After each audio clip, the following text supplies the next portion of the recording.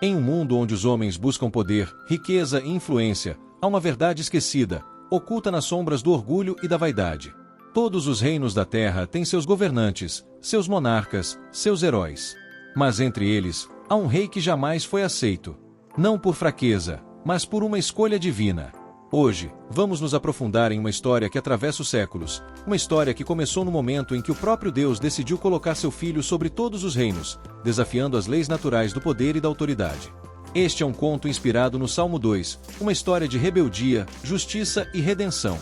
Estes reis, com suas coroas de ouro e mentes astutas, achavam que poderiam reescrever as leis do universo. Eles acreditavam que, com suas forças unidas, poderiam se livrar de um reino muito maior do que o deles. O que não sabiam era que estavam desafiando o plano de Deus, o plano para a salvação e para a justiça universal. Esta é a história do Salmo 2, mas não é uma história qualquer. Ao longo dos próximos minutos, vamos explorar os bastidores dessa conspiração celestial, como ela se desenrolou e o que ela significa para nós hoje. Vamos explorar os planos dos homens, a resposta de Deus e o destino do rei que todos rejeitaram. Em um momento de intriga e conspiração, os reis da terra se reuniram. Não para buscar paz, mas para declarar guerra contra aquele que seria o Rei dos Reis. Eles estavam fartos do domínio de Deus, e como qualquer governante com ego inchado, estavam dispostos a desafiá-lo. Por que devemos nos submeter a um Deus distante? Por que devemos aceitar um reinado que não conhecemos, que não entendemos? Estamos bem como estamos, e é hora de tomarmos as rédeas do nosso destino. Precisamos nos libertar dessa influência que nos enfraquece.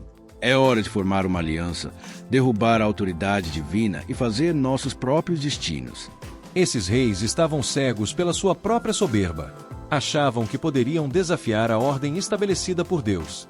Mas havia algo que eles não haviam considerado. Deus, em sua sabedoria, não reagiu com raiva ou violência. Sua reação foi simples, mas cheia de poder. Ele observou e esperou, conhecendo o fim desde o começo.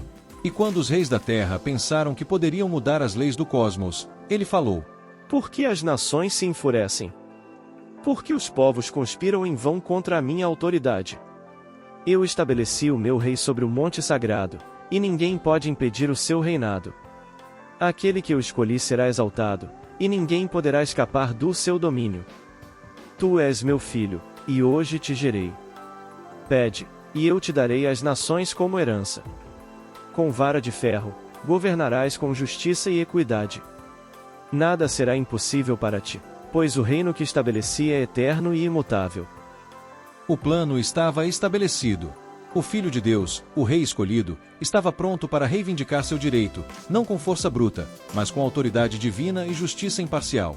O rei que Deus estabeleceu não foi um rei comum. Ele não governou por medo ou força.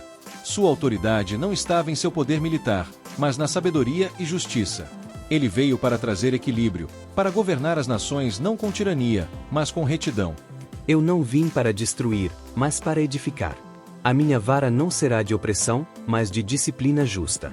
Os que me ouvirem e se curvarem diante de mim encontrarão paz, mas os que persistirem em seu orgulho conhecerão a justiça de Deus. Ele sabia que seria rejeitado por muitos, mas isso não diminuiu sua missão. Ele estava disposto a cumprir o propósito para o qual foi enviado, estabelecer um reino de paz e justiça, onde todos que se refugiassem nele encontrariam segurança. E com o tempo, aqueles que se opunham ao Rei de Deus começaram a agir. Não era mais uma conspiração secreta, mas uma ameaça aberta contra o seu reinado. Mas, como Deus havia prometido, nada poderia deter o seu plano. E mesmo que as forças do mal parecessem ser poderosas, a verdade era imutável. Quem Deus estabeleceu, ninguém pode derrubar. E assim, o rei que foi rejeitado pelos homens agora reina sobre todos os corações e reinos. Seu domínio não é limitado ao tempo ou ao espaço. Ele é eterno, e seu reinado traz paz a todos os que se refugiam nele. Não importa o quanto o mundo resista, a verdade permanece. O reino de Deus nunca será abalado. E a história que começou com uma conspiração humana termina com a vitória divina. Aquele que os reis rejeitaram agora é o rei que governa o universo. A história não termina aqui. Ela continua, pois o reino de Deus é eterno, e todos que buscarem refúgio nele encontrarão segurança. Este é um conto inspirado no Salmo 2, não o Salmo 2 diretamente. A história foi adaptada para ilustrar de forma narrativa os temas e mensagens contidos no Salmo, criando uma jornada épica e reflexiva sobre o desafio dos reinos humanos contra o plano divino.